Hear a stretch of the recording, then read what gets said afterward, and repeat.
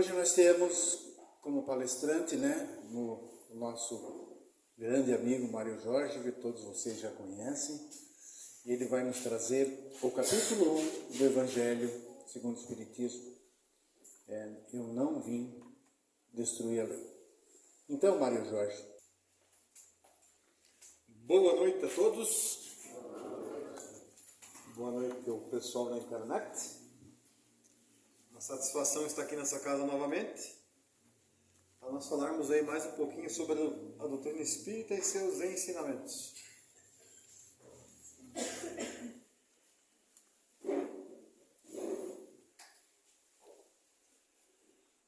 Não vim destruir a lei, capítulo 1 do Evangelho segundo o Espiritismo. Que lei é essa que Jesus se refere?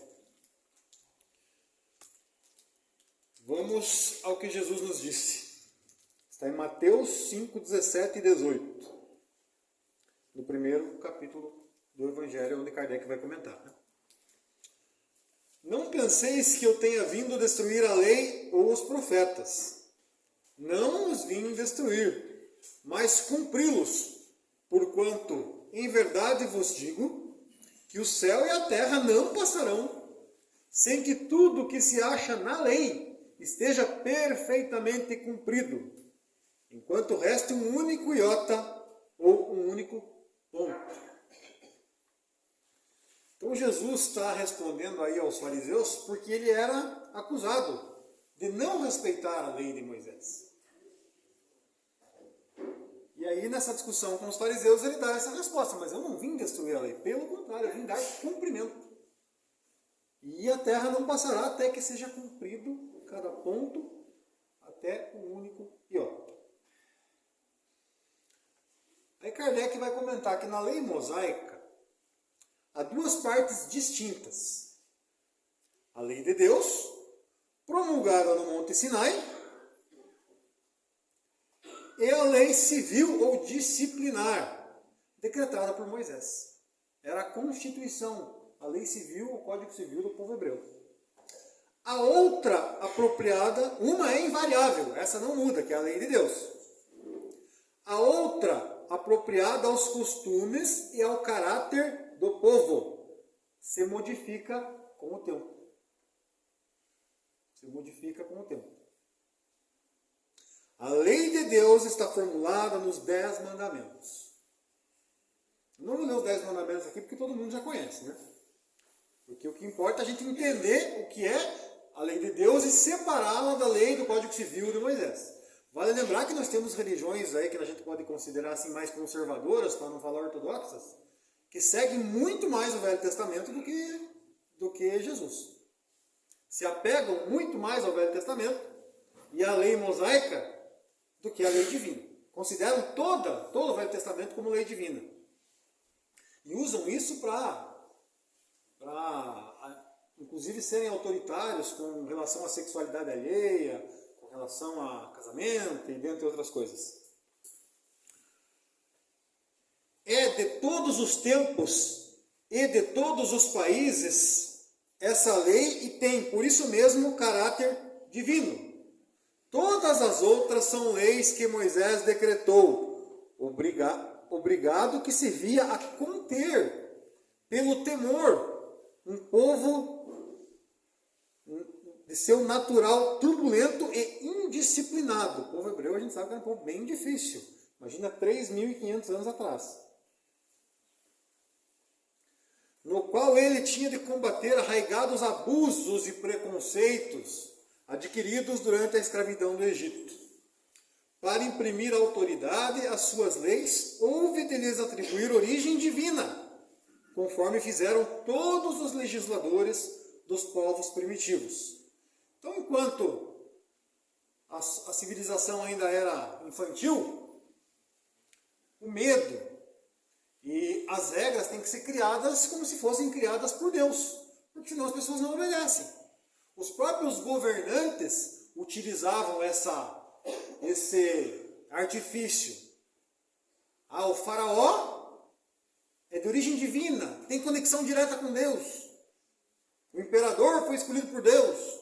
E assim sucessivamente. O rei se usava esse artifício para que o povo temesse, respeitasse aquele rei, aquele faraó, aquele governo.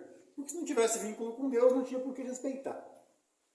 Era ainda uma visão primitiva de sociedade.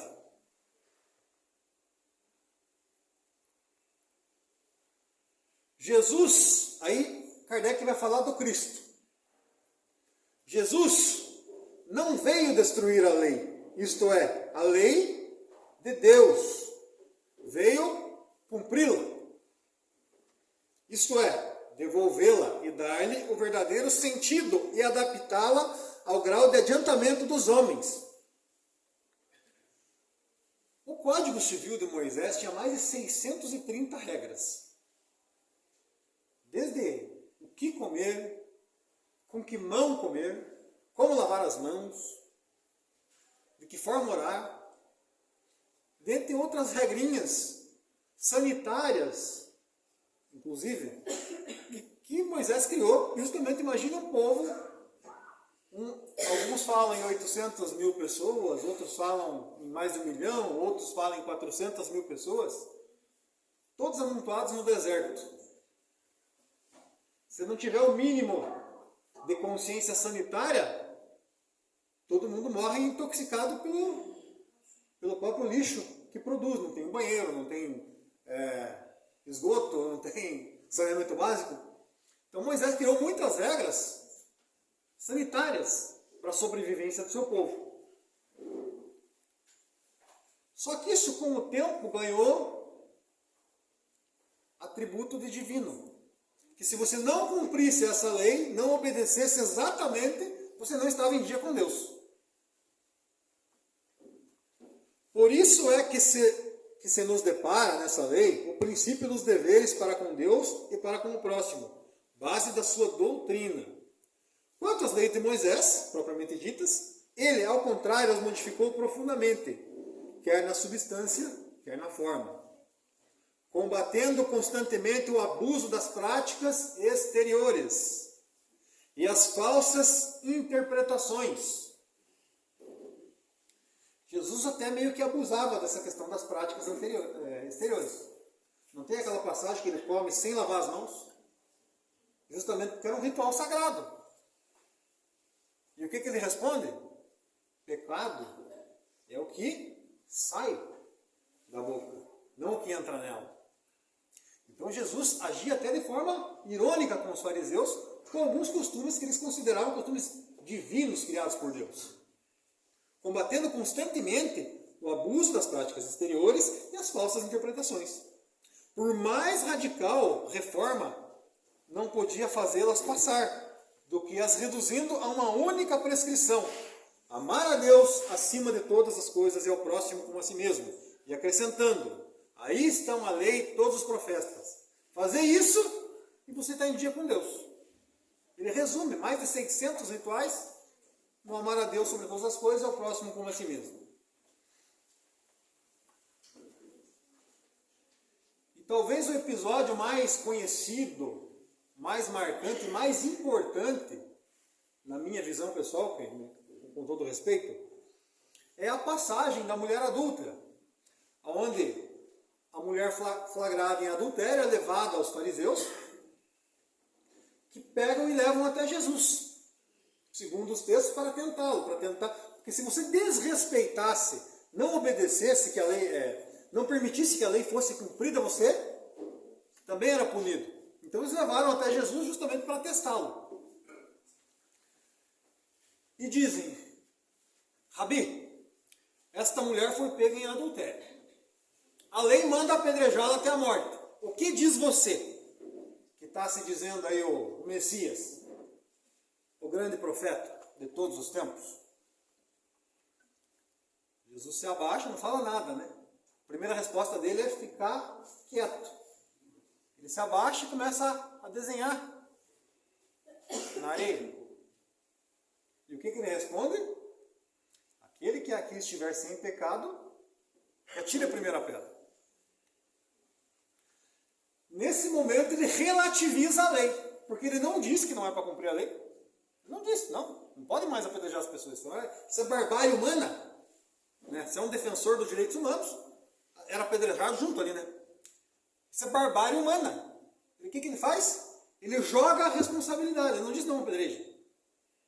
Não apedreje. Se aquele que aqui estiver sem pecado, que atire a primeira pedra.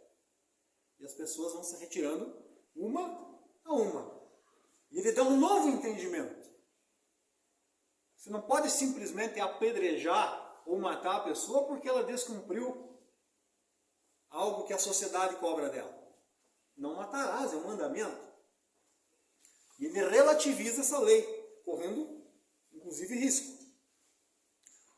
Então, essa é a principal, talvez uma das principais passagens onde Jesus, mesmo não confrontando diretamente a lei de mosaica, ele faz com que ela se torne relativa e faz com que as pessoas reflitam. Por que se apedrejam? Por causa da dureza dos nossos corações, Jesus fala. E tem uma outra situação aí. Se a mulher for pega em flagrante, para que se adultere tem que ter 2 pessoas, né? Cadê o homem? Onde é que está o cidadão? Uma sociedade patriarcal, e não mudou muito até hoje, o homem é tratado sempre como uma vítima dessas situações. Coitadinho, foi seduzido. Pobre homem, porque a lei mandava que se apedrejasse os 2. Os religiosos flagraram, certo? Liberaram o homem e levaram ela. E é interessante que a gente não sabe quem é esse cidadão, não é mesmo? Os textos bíblicos não contam. O Espiritismo conta. Amélia Rodrigues, na sua obra, que conta na série Quando Voltar à Primavera, série evangélica, são 5 livros, ela conta passagens obscuras da vida de Jesus que não estão narradas nos evangelhos. E ela narra a situação desse cidadão. E não só dele. Depois que isso aconteceu, o que aconteceu com essa mulher? Nós também não sabemos. O Espiritismo sabe o que aconteceu com ela. E outro personagem importante, o marido. Será que o marido tinha alguma responsabilidade? Ou ele era só uma vítima? A Amélia Rodrigues conta a história dele também. E também o responsabiliza pelo acontecido. Porque na doutrina espírita não tem essa mentalidade patriarcal. Se olha a origem do erro. Não simplesmente se condena quem o cometeu. E a que menos teve responsabilidade aí, e que teve uma caminhada menos árdua dali para frente, foi a mulher. A do homem que adulterou e a do marido foi uma caminhada bem mais difícil. Nós não vamos entrar nos pormenores, senão a gente não chega no fim, que não é esse o tempo. Por estas palavras, o céu e a terra não passarão, sem que tudo esteja cumprido até o último iota, diz Jesus. Quis dizer Jesus, ser necessário que a lei de Deus tivesse cumprimento integral. Isto é, fosse praticada na terra inteira, em toda a sua pureza e com todas as suas ampliações e consequências. A lei de Deus vai ser aplicada e cumprida. Por mais que a gente tenha dificuldade em cumprir os desígnios divinos, isso pode ser antecipado ou pode demorar. Mas em algum momento será cumprido. Porque a lei de Deus, onde é que ela está escrita, Jorge? A lei de Deus está escrita na nossa consciência, não está em um livro. Então a nossa consciência sempre vai estar nos impulsionando para que nós façamos as coisas certas. Por que erramos tanto, então? Devido à nossa idade espiritual. Nós somos espíritos em provas e expiações, estamos no 2º estágio ainda. Somos jovens como espíritos imortais. E as nossas tendências ainda são muito inferiores. É muito mais fácil nós obedecermos aos instintos ainda do que à consciência. E os instintos ainda nos levam para caminhos equivocados que geram consequências. Os nossos instintos costumam gerar provas e expiações. Aí Kardec vem falar do papel do Espiritismo nessa sequência, Moisés, Jesus e doutrina espírita, no cumprimento da lei divina. O Espiritismo. O Espiritismo é a ciência nova que vem revelar aos homens, por meio de provas irrecusáveis, a existência e a natureza do mundo espiritual e as suas relações com o mundo corpóreo. Por que são provas irrecusáveis? Como é que Kardec descobriu tudo isso? Kardec não era um cientista. Ele não foi estudar fenômenos que aconteciam, que eram os fenômenos das mesas girantes. Como pode essa mesa se levantar do chão e começar a girar, a se movimentar? O que acontece aí? O que tem por trás disso? Ele foi investigar. Kardec não era simplesmente alguém que é um fenômeno paranormal. Vamos nos ajoelhar e rezar diante da mesa. Ele foi investigar esses fenômenos e descobriu que por trás havia uma inteligência. E traz toda uma obra para nos mostrar essa revelação. Com ele e depois dele, muitos cientistas importantes da sua época se debruçaram para estudar esses fenômenos. Mesmo depois que Kardec já tinha desencarnado, outros cientistas vieram para estudar, porque continuou não exatamente as mesas girantes, mas as aparições, as materializações de espíritos, os fenômenos de aparição de objetos, isso continuou. E como a França era o berço da cultura do mundo, eles tinham um certo orgulho, uma certa vaidade por isso. E rivalizavam com a Inglaterra, que seria o segundo lugar.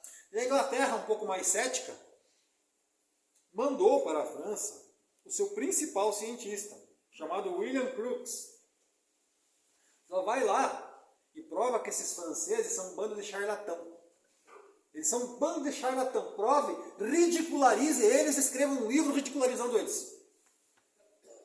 Porque francês pensa que é grande coisa, mas não é ninguém. Prove que eles são charlatães. E o William Crookes falou, deixa para mim, estou indo lá. Foi lá e começou a examinar os fenômenos espíritos. E o que aconteceu com o William Crookes? Escreveu um livro chamado Fatos Espíritas. Esse não tem como negar esses fatos. São fenômenos reais, são fenômenos paranormais, e são sim uma teoria científica.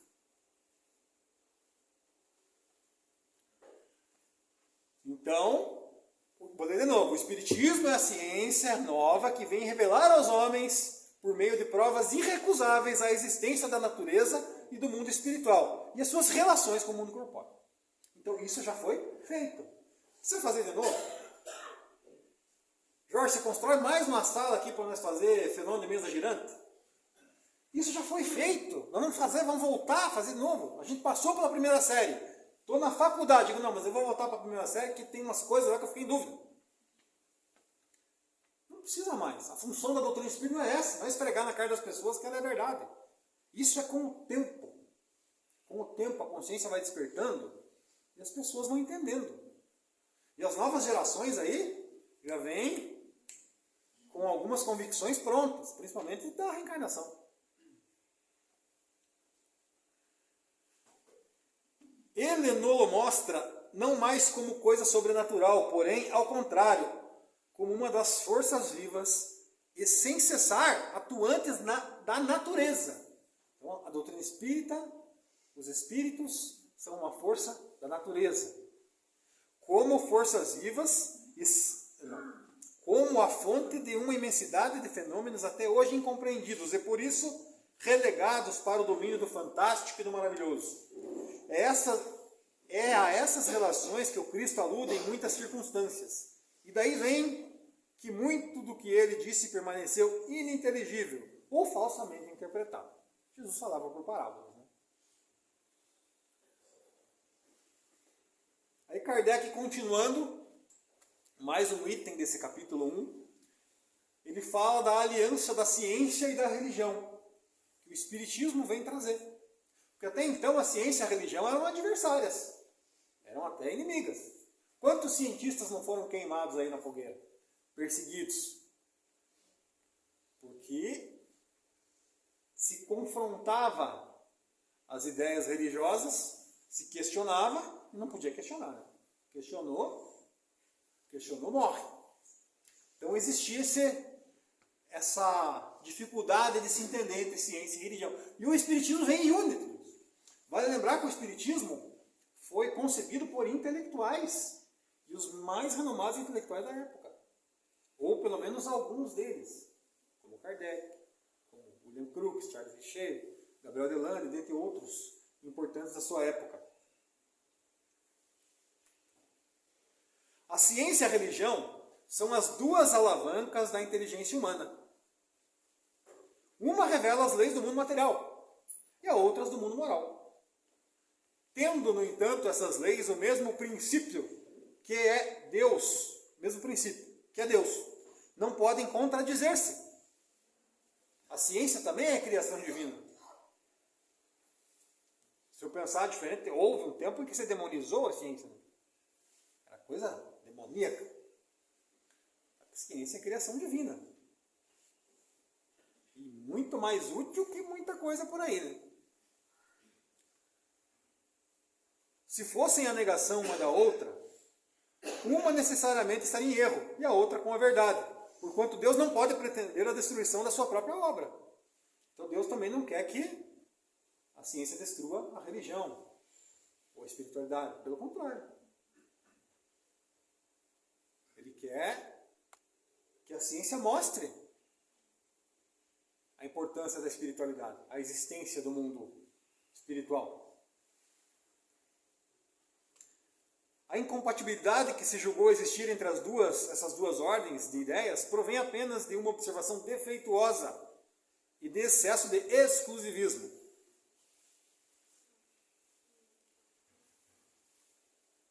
E para encerrar esse capítulo, Kardec fala da nova era. A nova era. São chegados os tempos. Que tempos chegou? São chegados os tempos. Tá, mas chegou o quê? Exatamente. São chegados os tempos em que hão de se desenvolver as ideias para que se realizem os progressos que estão nos desígnios de Deus. Então, os desígnios divinos são de progresso. Não existe separação entre a vida material e a vida espiritual no sentido do progresso. Deus precisa que a Terra progrida materialmente para que a gente progrida também moralmente.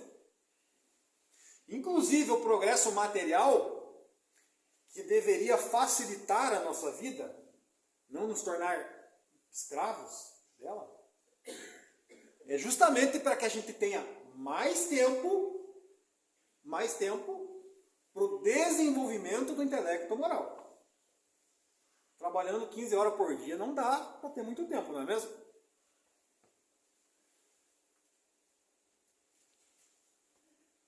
Tem elas de seguir a mesma rota que percorreram as ideias de liberdade, suas precursoras. Então, as ideias de liberdade são precursoras do Espiritismo. Quando que vieram essas ideias de liberdade? Começa com a Reforma Protestante. Começa com John Hus, John Wycliffe e depois Martinho Lutero, que deu o checkmate. John Hus foi queimado vivo porque cometeu uma heresia muito grave. Traduziu o Novo Testamento para as pessoas poderem ler na sua própria língua. Não podia. John Wycliffe, discípulo indireto de John Hus, traduzia o Novo Testamento e pregava na própria língua, na língua inglesa. Foi perseguido de todas as maneiras. Não conseguiram queimá-lo porque ele tinha a proteção de pessoas importantes. Ele era inglês. Martinho Lutero, alemão, confrontou a venda de indulgência e dentre outros abusos que a igreja cometia. E a sua reforma, as suas teses, deram liberdade para que outras religiões pudessem existir, porque até então só existia uma. Qualquer outra era estancada com violência. Mais tarde, em 1798, quase 60 anos antes do advento do Espiritismo, tem uma tal de Revolução Francesa. Que essa traz todos os ideais sociais de liberdade. E surge um movimento aí que a sociedade é pendular. A história é pendular. Ela vai para um lado, daqui a pouco ela volta. Ela vai para um lado, evolui, daqui a pouco ela dá uma ré. Mas sempre... Então existe um movimento que está surgindo há alguns anos, não muitos, não vou dar detalhes para não criar indisposição com ninguém aqui, que combate essas ideias da revolução. Que transforma a revolução em algo demoníaco. Não nós espíritas. Não nós espíritas. Não se acredite, porém, que esse desenvolvimento se efetue sem lutas. Não. Aquelas ideias precisam, para atingirem a maturidade, de abalos e discussões, a fim de que atraiam a atenção das massas. Então, às vezes, esse caos aparente que nós vivemos, a polarização. Está na hora de prestar atenção em quais ideias são compatíveis com o progresso. Quais ideias são compatíveis com a transição planetária. Quais ideias são compatíveis com os ideais sociais que a doutrina espírita defende. Alguns querem separar. Não, a doutrina espírita não trata em nada das questões da matéria. Desculpa aí. Desculpa, ainda não estamos falando da mesma doutrina espírita. É alguma outra coisa esotérica, então.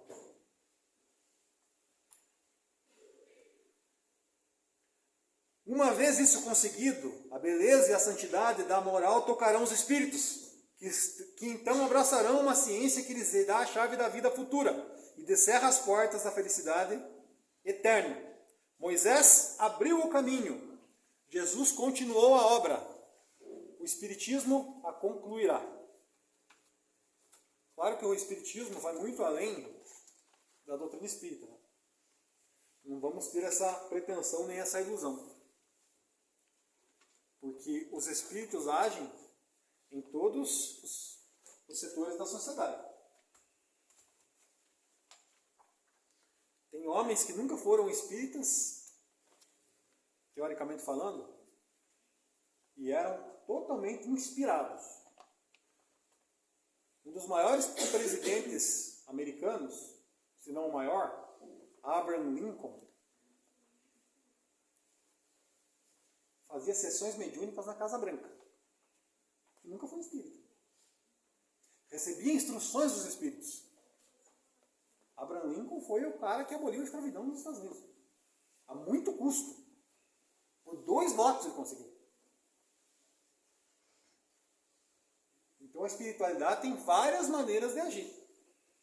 Grandes cientistas, grandes homens da história, recebiam suas revelações em sonho. O que é isso senão mediunidade? Um dos maiores matemáticos da história era um analfabeto. Um indiano, Ramanuja. Ele sonhava com as fórmulas, até hoje estão estudando as fórmulas dele para tentar entender. Então tem muitos caminhos que a espiritualidade usa, que os espíritas utilizam, não é só a doutrina que nós conhecemos. Tem homens extraordinários que são de outras religiões, que são totalmente inspirados por espíritos superiores. Ou alguém tem dúvida que o espírito de Francisco de Assis inspira o Papa Francisco? É só olhar a trajetória do Papa Francisco. E por que ele escolheu esse nome? Então, a espiritualidade superior está presente onde haja a intenção de homens de progresso contribuírem com a transição planetária. E tem um texto de Kardec que está em Obras Póstumas, já estamos finalizando. Vamos ler um trechinho aqui. É chegada a hora de colocar em prática as ideias que trarão o progresso humano, que farão com que a Terra alce na hierarquia dos mundos. Que ideias? Que ideias são essas? Os 10 mandamentos? Essa é a lei divina. Quais são as ideias para que se coloque em prática aqui, para que a Terra evolua? Século XVIII, que se caracteriza... O século XVIII é considerado o século da razão, o século das luzes, o século da ciência, o século da cultura. Não por acaso. A gente sabe que Napoleão Bonaparte era um trabalhador do Cristo. Porque mesmo como imperador, conquistador que foi, amava a cultura, amava as letras, criou a educação pública da França, que até então não se educava o povo. Quem educava eram os luteranos, os protestantes. Só. Não existia educação pública. Quem criou a educação pública foi Napoleão Bonaparte, devido à Revolução Francesa e à Revolução Industrial. Mas vamos adiante. O século XVIII, que se caracteriza por um expressivo movimento cultural e filosófico na Europa, é sobretudo na França, é conhecido como o século das luzes, do iluminismo. Grandes pensadores, tanto no campo da ciência como no da filosofia e da arte, especialmente da literatura, fazem-se ouvir, apreciar quando apresentam suas reflexões críticas e questões sobre a razão lúcida, o raciocínio iluminado, esclarecido, como também sobre a noção de liberdade. A ciência e a filosofia tomam novas proporções e ganham o interesse de uma classe privilegiada. Os enciclopedistas oferecem o direito, a informação e a cultura, trazendo uma infinidade de novos conhecimentos difundidos não somente na França, como em outros países. Até então não existia o direito.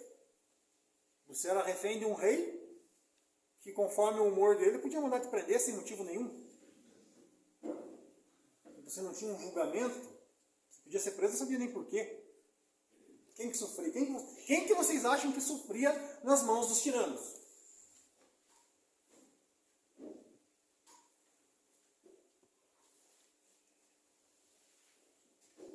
Isto graças à imprensa e aos jornais que favorecem a unidade e a renovação cultural de uma elite do poder e de uma elite intelectual. Esses pensadores, filósofos intelectuais da sociedade, de que faziam parte integrante e ativa, combatiam as expressões religiosas, as opressões religiosas, morais e políticas da época. Opunham-se ao irracional, ao arbitrário, à superstição e propunham uma nova ética e uma nova estética. Essas novas ideias, novos conhecimentos, eram conversação corrente nos salões dos nobres e dos burgueses, mas também nos cafés e nos clubes. A influência deles foi tão significativa em suas obras e conceitos e vão ter um papel preponderante na independência dos Estados Unidos da América e na Revolução Francesa. Então, se houve uma revolução, se houve uma independência de um país que já foi uma referência de liberdade, foi porque lá atrás surgiram pensadores, filósofos intelectuais que trouxeram esses ideais.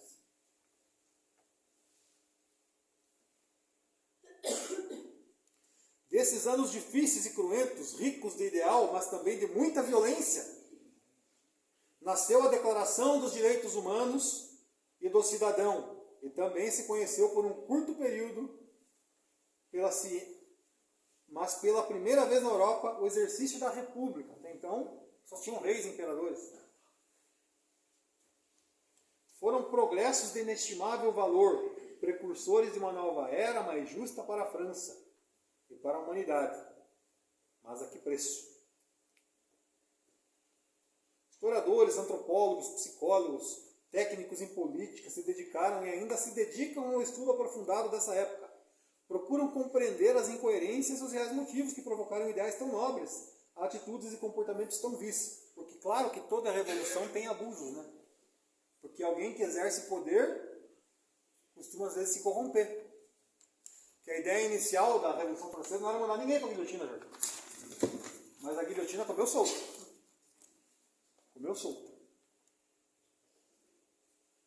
Quanto à liberdade, já para encerrar, o Espiritismo é, antes de tudo, uma doutrina de liberdade e, por consequência, de responsabilidade.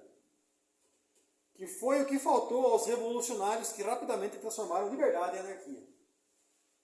Quanto à igualdade, todos sem exceção viemos de Deus e a Ele voltaremos. E se Ele nos condenou em algum momento e alguma coisa, foi a felicidade e a perfeição. Entendeu porque se tirou os pecadores da Maria, não? A inspiração aí desse texto aí, Marcos. Deus nos condenou, olha isso, gente. A felicidade e a perfeição. Não tem essa palavra pecadores, né, na doutrina espírita. Então, adaptar aqui, viu? Olha, não foi por acaso. No que diz respeito à fraternidade, a divisa do Espiritismo é fora da caridade, não há salvação. Caridade aqui compreendida como fraternidade, solidariedade, como compaixão, como a expressão mais sublime do amor ativo que Jesus nos ensinou. Fazer ao nosso próximo aquilo que gostaríamos que ele nos fizesse. Também temos nos ensinamentos espíritas outra divisa: trabalho, solidariedade e tolerância, que confirma a necessidade de ação compreensiva e tolerante de nossa parte em relação ao nosso próximo e em todos os momentos da vida.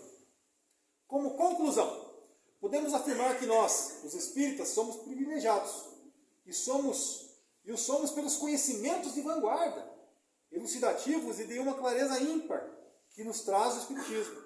Ele responde como nenhuma outra doutrina às questões mais profundas e pertinentes do nosso tão atribulado e conflituoso mundo atual, como também do nosso mundo íntimo. E a pergunta de reflexão pessoal é: como estamos vivendo todas essas bênçãos de conhecimento e amor em nossos atos? E dentro do nosso movimento espírita, pacificamos os nossos corações ou continuamos egocêntricos e belicosos? Enquanto com orgulho o francês exclama "Viva la République!